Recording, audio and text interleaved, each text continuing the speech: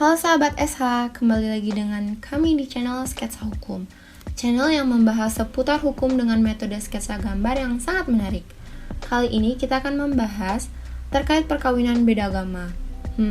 Emangnya boleh dilakukan di Indonesia? Yuk kita simak, tonton videonya sampai akhir dan jangan di skip ya.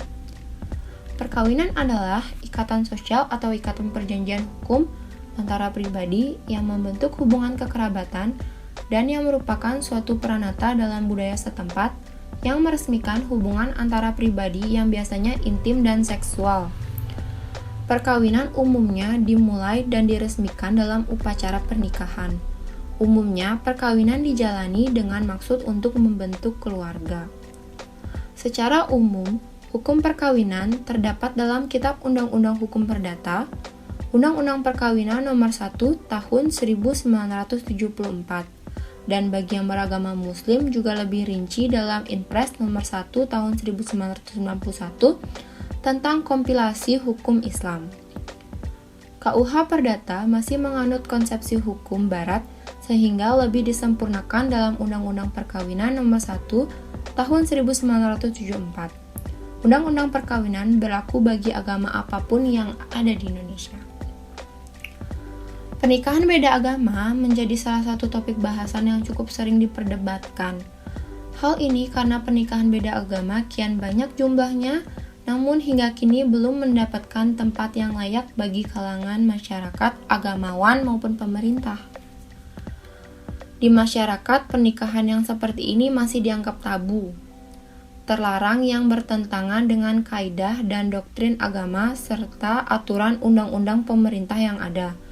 Tapi, apakah benar adanya? Hal ini apabila dilaksanakan dapat dikatakan melanggar ketentuan peraturan perundang-undangan yang berlaku. Sebelum itu, mari berkontribusi untuk membantu tumbuh kembang channel ini dengan menekan tombol subscribe dan lonceng notifikasi. Bagi yang sudah menekan, kami ucapkan terima kasih. Baik, lanjut kita ke pembahasan. Berdasarkan Undang-Undang Perkawinan sangat erat kaitannya dengan kerohanian, agama, dan selaras dengan sila pertama kita yaitu ketuhanan yang Maha Esa.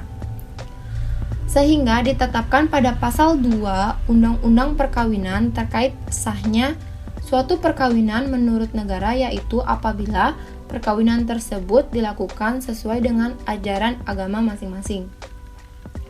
Lalu, bagaimana yang berbeda agama? Sesungguhnya, Undang-Undang Perkawinan secara tidak langsung mengatur tentang pasangan yang menikah beda agama.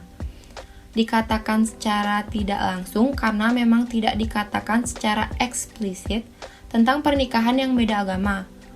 Namun, pada pasal 57 Undang-Undang Perkawinan mengatur tentang adanya pernikahan campuran, yang pada gagasan pertama pasal tersebut berbunyi, perkawinan antara dua orang yang di Indonesia tunduk pada hukum yang berlainan.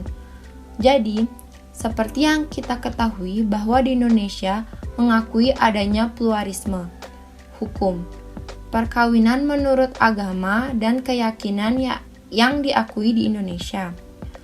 Dan sesuai pasal 8.f yang menyatakan perkawinan dilarang apabila dilakukan antara dua orang yang mempunyai hubungan yang oleh agamanya atau peraturan lain berlaku dilarang kawin.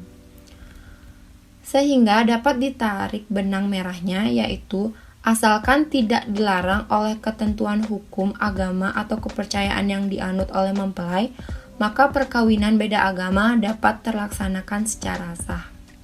Tapi sah di sini apabila telah memenuhi seluruh syarat yang ditentukan oleh Undang-Undang Perkawinan ya, seperti yang tercantum dalam pasal 7.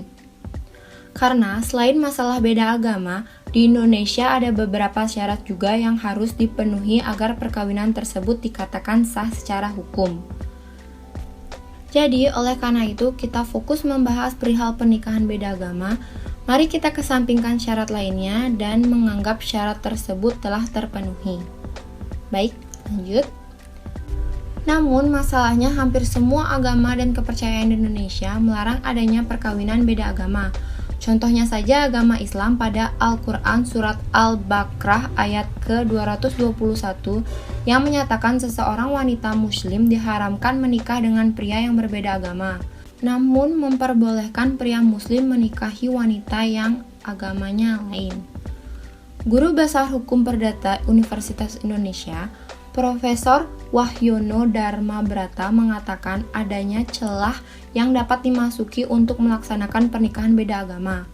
Menurutnya, ada 4 cara yang dapat ditempuh untuk dapat menikahi pasangan yang berbeda keyakinan, yaitu meminta penetapan pengadilan, melangsungkan perkawinan dengan cara agama masing-masing, tunduk terhadap aturan salah satu hukum agama untuk sementara, atau menikah di luar negeri.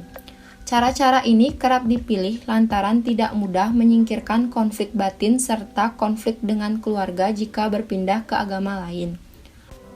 Namun, tidak semua kantor catatan sipil bersedia mencatatkan pernikahan beda keyakinan.